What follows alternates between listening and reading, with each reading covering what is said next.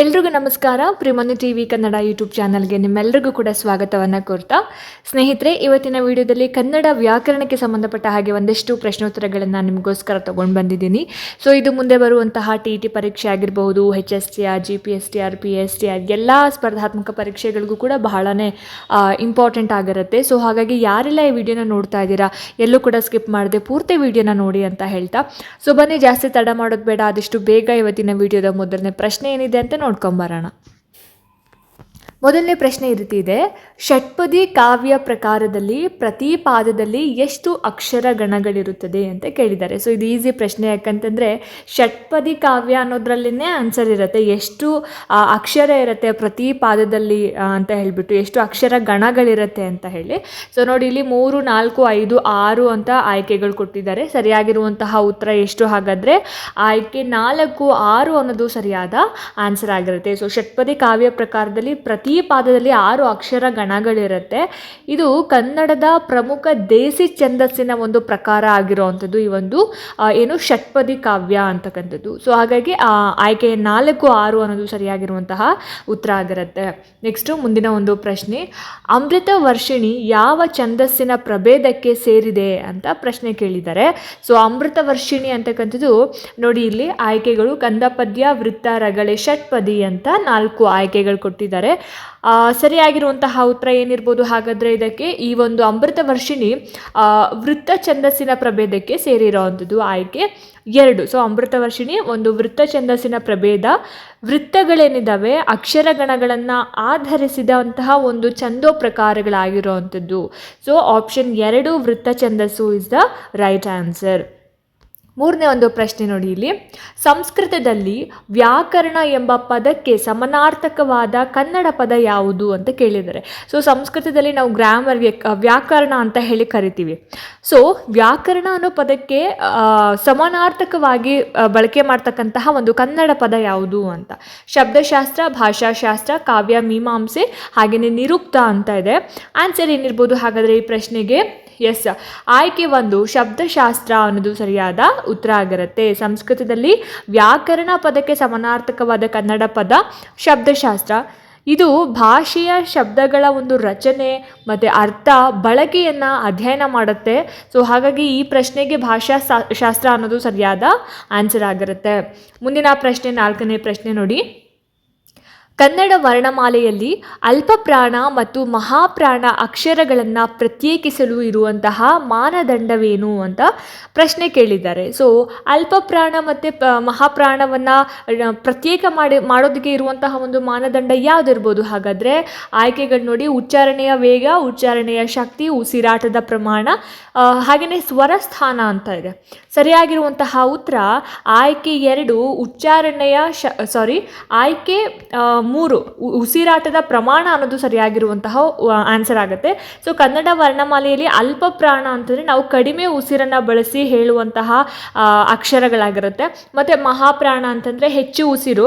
So ಹಾಗಾಗಿ ಅಕ್ಷರಗಳನ್ನ ಪ್ರತ್ಯೇಕ ಮಾಡೋದಕ್ಕೆ ಉಸಿರಾಟದ ಪ್ರಮಾಣ ಏನಾಗಿರುತ್ತೆ ಇಲ್ಲಿ ಮುಖ್ಯ ಮಾನದಂಡವಾಗಿರುತ್ತೆ. ಸೊ ಆಪ್ಷನ್ 3 ಸರಿಯಾದಂತಹ ಆನ್ಸರ್ ಆಗಿರುತ್ತೆ.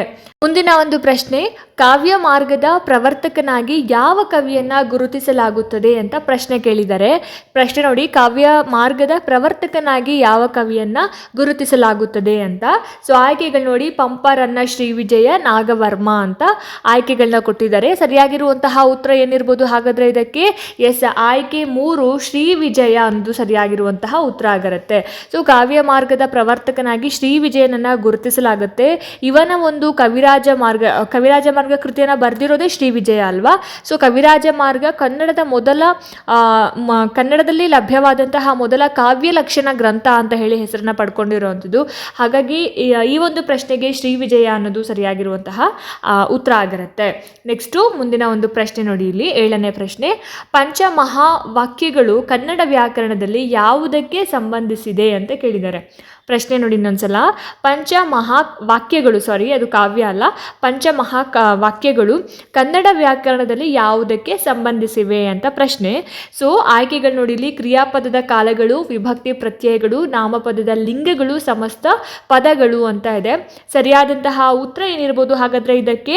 ಯಾವುದಕ್ಕೆ ಸಂಬಂಧಿಸಿದೆ ಹಾಗಾದ್ರೆ ಪಂಚಮಹಾಕಾವ್ಯಗಳು ವಾಕ್ಯಗಳು ಅಂತ ಹೇಳಿದ್ರೆ ಆಯ್ಕೆ 2 ವಿಭಕ್ತಿ ಪ್ರತ್ಯಯಗಳು ಅನ್ನೋದು ಸರಿಯಾಗಿರುವಂತಹ ಆನ್ಸರ್ ಆಗಿರುತ್ತೆ. ಪಂಚಮಹಾಕಾವ್ಯಗಳು ಕನ್ನಡದ ವ್ಯಾಕರಣದಲ್ಲಿ ವಿಭಕ್ತಿ ಪ್ರತ್ಯಯಗಳಿಗೆ ಸಂಬಂಧಪಟ್ಟಿರುವಂಥದ್ದು. ಪ್ರತಿಯೊಂದು ವಿಭಕ್ತಿ ಪ್ರತ್ಯಯವೂ ಕೂಡ ಒಂದು ನಿರ್ದಿಷ್ಟ ಅರ್ಥ ಅಥವಾ ಕಾರಕಾರ್ಥವನ್ನು ಇಂಡಿಕೇಟ್ ಮಾಡುತ್ತೆ. ಹಾಗಾಗಿ ಈ ಪ್ರಶ್ನೆಗೆ ಆಪ್ಷನ್ 2 ವಿಭಕ್ತಿ ಪ್ರತ್ಯಯಗಳು ಸರಿಯಾಗಿರುವಂತಹ ಉತ್ತರ ಆಗಿರುತ್ತೆ. ಮುಂದಿನ ಒಂದು ಪ್ರಶ್ನೆ, 8ನೇ ಪ್ರಶ್ನೆ. ಒಂದು ಅಕ್ಷರಕ್ಕೆ ಒಂದು ಮಾತ್ರೆ ಕಾಲ ಎಂಬ ನಿಯಮ ಯಾವ ಛಂದಸ್ಸಿಗೆ ಅನ್ವಯಿಸುತ್ತದೆ ಅಂತ ಪ್ರಶ್ನೆ ಕೇಳಿದ್ದಾರೆ. ಅಂದರೆ ಒಂದು ಅಕ್ಷರಕ್ಕೆ ಒಂದು ಮಾತ್ರೆ ಕಾಲ ಅನ್ನುವಂತಹ ಒಂದು ರೂಲ್ಸ್ ಯಾವ ಒಂದು ಛಂದಸ್ಸಿನಲ್ಲಿ ಅಪ್ಲೈ ಮಾಡ್ಕೊಳ್ತಾರೆ ಅಂತ. ಸೊ ಆಯ್ಕೆಗಳು ನೋಡಿ: ಮಾತ್ರಾಗಣ ಛಂದಸ್ಸು, ಅಕ್ಷರಗಣ ಛಂದಸ್ಸು, ಅಂಶಗಣ ಛಂದಸ್ಸು, ಲಯ ಛಂದಸ್ಸು ಅಂತ ಆಯ್ಕೆಗಳಿದ್ದಾವೆ. ಸರಿಯಾಗಿರುವಂತಹ ಉತ್ತರ ಏನಿರ್ಬೋದು ಹಾಗಾದರೆ ಇದಕ್ಕೆ? ಎಸ್, ನಿಮ್ಮ ಗೆಸ್ ಕರೆಕ್ಟ್ ಆಗಿತ್ತು. ಆಯ್ಕೆ 1 ಮಾತ್ರಾಗಣ ಛಂದಸ್ಸು. ಸೊ ಒಂದು ಅಕ್ಷರಕ್ಕೆ ಒಂದು ಮಾತ್ರೆ ಕಾಲ ಅನ್ನುವಂತಹ ಒಂದು ರೂಲ್ಸ್ ಏನಿದೆ ಮಾತ್ರಾಗಣ ಛಂದಸ್ಸಿಗೆ ಅಪ್ಲೈ ಆಗುತ್ತೆ.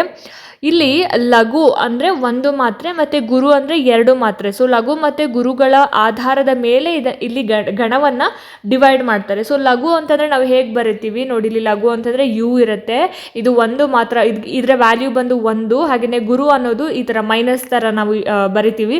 ಸೊ ಇದರ ಒಂದು ವ್ಯಾಲ್ಯೂ ಬಂದು 2 ಇರುತ್ತೆ. ಸೊ ಹಾಗಾಗಿ ಈ ರೀತಿಯಾಗಿ ಇವುಗಳ ಒಂದು ಆಧಾರದ ಮೇಲೆ ಗಣವನ್ನು ನಾವು ಡಿವೈಡ್ ಮಾಡ್ತಾ ಹೋಗ್ತೀವಿ. ನೆಕ್ಸ್ಟು ಮುಂದಿನ ಒಂದು ಪ್ರಶ್ನೆ, 9ನೇ ಪ್ರಶ್ನೆ. ವೀರಶೈವ ಎಂಬ ಪದದಲ್ಲಿ ಯಾವ ಸಮಾಸವಿದೆ ಅಂತ ಪ್ರಶ್ನೆ ಕೇಳಿದ್ದಾರೆ. ಸೊ ನೋಡಿ ಇಲ್ಲಿ ಆಯ್ಕೆಗಳು: ತತ್ಪುರುಷ ಸಮಾಸ, ಕರ್ಮಧಾರೆಯ ಸಮಾಸ, ದ್ವಿಗು ಸಮಾಸ, ಬಹುರ್ವಿಹಿ ಸಮಾಸ ಅಂತ ಇದೆ. ಸರಿಯಾಗಿರುವಂತಹ ಉತ್ತರ ಏನಿರ್ಬೋದು ಹಾಗಾದರೆ ಇದಕ್ಕೆ?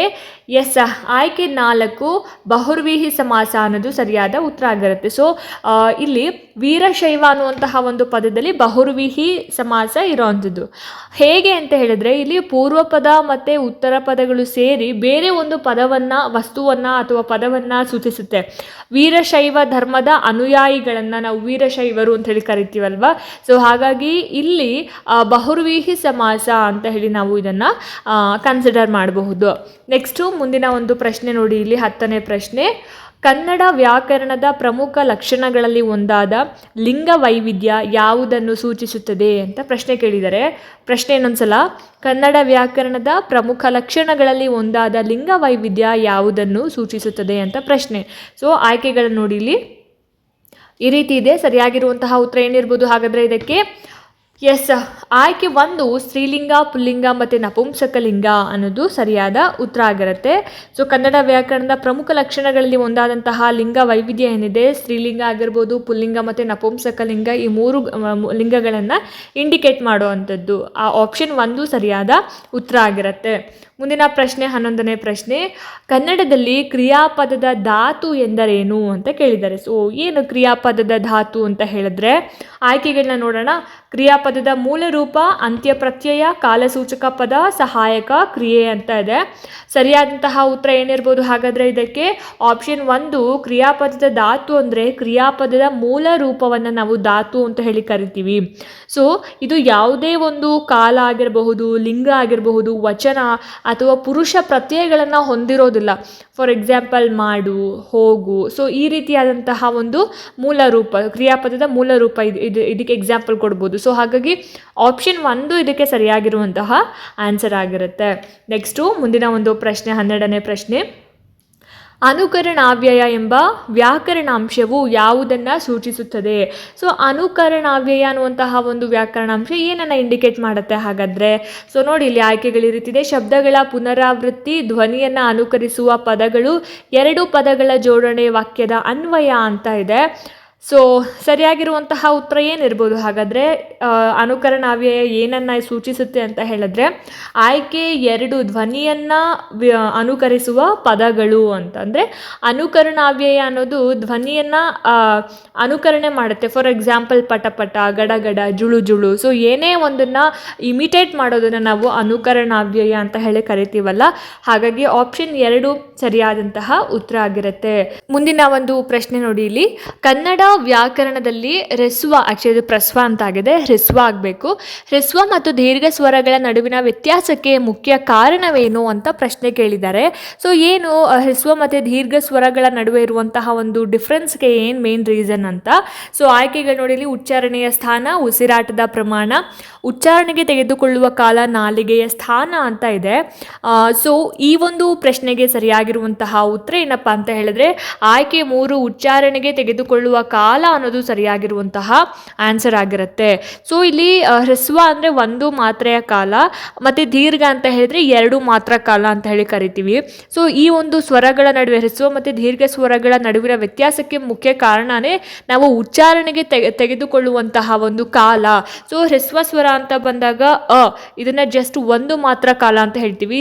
ದೀರ್ಘ ಸ್ವರ ಇದು ಅಂತ ಹೇಳ್ತೀವಿ, ಇದು 2 ಮಾತ್ರ ಕಾಲ. ಸೊ ಮತ್ತೆ ಎರಡಕ್ಕೂ ಕೂಡ ನಾವು ಬೇರೆ ಬೇರೆ ಟೈಮಿಂಗ್ಸ್ನ ನಾವು ತಗೊಳ್ತೀವಲ್ಲ ಉಚ್ಚಾರಣೆ ಮಾಡಬೇಕಾದ್ರೆ ತಗೊಳ್ಳುವಂತಹ ಒಂದು ಕಾಲ. ಸೊ ಹಾಗಾಗಿ ಇದಕ್ಕೆ ಆಪ್ಷನ್ 3 ಸರಿಯಾದಂತಹ ಆನ್ಸರ್ ಆಗಿರುತ್ತೆ. ನೆಕ್ಸ್ಟು ಮುಂದಿನ ಪ್ರಶ್ನೆ ನೋಡಿ, ವಿಭಕ್ತಿ ಪ್ರತ್ಯಯಗಳ ಬಳಕೆಯನ್ನು ಕನ್ನಡದಲ್ಲಿ ಯಾವುದಕ್ಕೆ ಹೋಲಿಸಬಹುದು, ಆಂಗ್ಲ ಭಾಷೆಯಲ್ಲಿ ಯಾವುದಕ್ಕೆ ಕಂಪೇರ್ ಮಾಡ್ಬೋದು ಅಂತ. ನಾವು ಏನು ವಿಭಕ್ತಿ ಪ್ರತ್ಯಯಗಳನ್ನ ಬಳಸ್ತೀವಲ್ವಾ ಅದನ್ನು ಯಾವುದಕ್ಕೆ ಕಂಪೇರ್ ಮಾಡಬಹುದು, ಕನ್ನಡದಲ್ಲಿ ಯಾವುದಕ್ಕೆ ಹೋಲಿಸಬಹುದು ಅಂತ. ಸೊ ನೋಡಿ ಇಲ್ಲಿ, ಆಂಗ್ಲ ಭಾಷೆಯ ಪ್ರಿಪೋಸಿಷನ್ಗಳಿಗೆ, ಆಂಗ್ಲ ಭಾಷೆಯ ಕಂಜಂಕ್ಷನ್ಗಳಿಗೆ, ಆಂಗ್ಲ ಭಾಷೆಯ ಅಡ್ವರ್ಬ್ಗಳಿಗೆ, ಆಂಗ್ಲ ಭಾಷೆಯ ಆರ್ಟಿಕಲ್ಗಳಿಗೆ ಅಂತ ಇದೆ. ಸೊ ಸರಿಯಾಗಿರುವಂತಹ ಉತ್ತರ ಏನಿರ್ಬೋದು ಹಾಗಾದರೆ ಈ ಒಂದು ಪ್ರಶ್ನೆಗೆ? ಎಸ್, ಆಯ್ಕೆ 1, ಆಂಗ್ಲ ಭಾಷೆಯ ಪ್ರಿಪೋಸಿಷನ್ಗಳಿಗೆ ಇದನ್ನು ನಾವು ಕಂಪೇರ್ ಮಾಡ್ಬೋದು. ಸೊ ಇಲ್ಲಿ ನಾಮಪದ ಗಳೊಂದಿಗೆ ಕ್ರಿಯಾಪದಕ್ಕೆ ಇರುವಂತಹ ಒಂದು ಸಂಬಂಧವನ್ನು ಇದು ಇಂಡಿಕೇಟ್ ಮಾಡೋದ್ರಿಂದ ಇದನ್ನು ನಾವು ಪ್ರಿಪೋಸಿಷನ್ಗೆ ನಾವು ಕಂಪೇರ್ ಮಾಡ್ತೀವಿ. ಸೊ ಹಾಗಾಗಿ ಆಯ್ಕೆ 1 ಸರಿಯಾಗಿರುವಂತಹ ಉತ್ತರ ಆಗಿರುತ್ತೆ. ನೆಕ್ಸ್ಟು ಮುಂದಿನ ಒಂದು ಪ್ರಶ್ನೆ, 15ನೇ ಪ್ರಶ್ನೆ, ಸಂಸ್ಕೃತ ಸಮಪದಗಳ ಪ್ರಮುಖ ಗುಣಲಕ್ಷಣ ಯಾವುದು? ಸಂಸ್ಕೃತ ಸಮಪದಗಳ ಪ್ರಮುಖ ಗುಣಲಕ್ಷಣ ಯಾವುದು ಅಂತ ಕೇಳಿದ್ದಾರೆ. ಸೊ ಇಲ್ಲಿ ನೋಡಿ, ಇಲ್ಲಿ ಆಯ್ಕೆಗಳು ಈ ರೀತಿ ಇದೆ. ಕನ್ನಡಕ್ಕೆ ನೇರವಾಗಿ ಬಂದಿದ್ದು ರೂಪದಲ್ಲಿ ಬದಲಾವಣೆ ಹೊಂದಿರುತ್ತವೆ. ಹಾಗೆ 2ನೇದು, ಸಂಸ್ಕೃತದಿಂದ ನೇರವಾಗಿ ಬಂದಿದೆ, ರೂಪದಲ್ಲಿ ಯಾವುದೇ ಬದಲಾವಣೆ ಇರೋದಿಲ್ಲ. 3ನೇ ಆಯ್ಕೆ, ಅವು ದೇಶೀಯ ಪದಗಳಾಗಿರುತ್ತೆ. 4ನೇ ಆಯ್ಕೆ, ಅವು ಆಡು ಭಾಷೆಯಲ್ಲಿ ಮಾತ್ರ ಬಳಕೆಯಲ್ಲಿರುತ್ತೆ ಅಂತ. ಸೊ ಸರಿಯಾಗಿರುವಂತಹ ಉತ್ತರ ಆಯ್ಕೆ 2, ಅವು ಸಂಸ್ಕೃತದಿಂದ ನೇರವಾಗಿ ಬಂದಿದ್ದು ರೂಪದಲ್ಲಿ ಯಾವುದೇ ಬದಲಾವಣೆ ಹೊಂದಿರೋದಿಲ್ಲ ಅನ್ನೋದು ಸರಿಯಾದ ಆನ್ಸರ್ ಆಗಿರುತ್ತೆ. So option 2 is the right answer. So ನೋಡಿದ್ರಲ್ಲ ಸ್ನೇಹಿತರೆ, ಇದಾಗಿತ್ತು ಇವತ್ತಿನ ಕನ್ನಡ ವ್ಯಾಕರಣಕ್ಕೆ ಸಂಬಂಧಪಟ್ಟ ಹಾಗೆ ಒಂದಷ್ಟು ಪ್ರಶ್ನೋತ್ತರಗಳು. ಸೊ ಈ ವಿಡಿಯೋ ನಿಮಗೆ ಇಷ್ಟ ಆಗಿದೆ, ಅನುಕೂಲ ಆಗಿದೆ ಅಂತ ಭಾವಿಸ್ತೀನಿ. ಇಷ್ಟ ಆಯಿತು ಅಂತಂದರೆ ದಯವಿಟ್ಟು ಲೈಕ್ ಮಾಡಿ, ಶೇರ್ ಮಾಡಿ. ಹಾಗೆ ನಿಮ್ಮ ಅನಿಸಿಕೆ ಅಭಿಪ್ರಾಯಗಳು ಏನೇ ಇದ್ರೂ ಕೂಡ ನನಗೆ ಕಾಮೆಂಟ್ ಸೆಕ್ಷನಲ್ಲಿ ತಿಳಿಸಿ ಅಂತ ಹೇಳ್ತಾ, ಇದೇ ರೀತಿ ಹೆಚ್ಚಿನ ವೀಡಿಯೋಸ್ಗಳಿಗೋಸ್ಕರ ನಿರಂತರವಾಗಿ ನನ್ನ ಚಾನಲನ್ನು ನೋಡ್ತಾ ಇರಿ. ಮುಂದಿನ ವೀಡಿಯೋಸ್ಗಳಲ್ಲಿ ನಾನು ನಿಮಗೆ ಸಿಗ್ತೀನಿ. ಅಲ್ಲಿ ತನಕ ಎಲ್ರಿಗೂ ನಮಸ್ಕಾರ.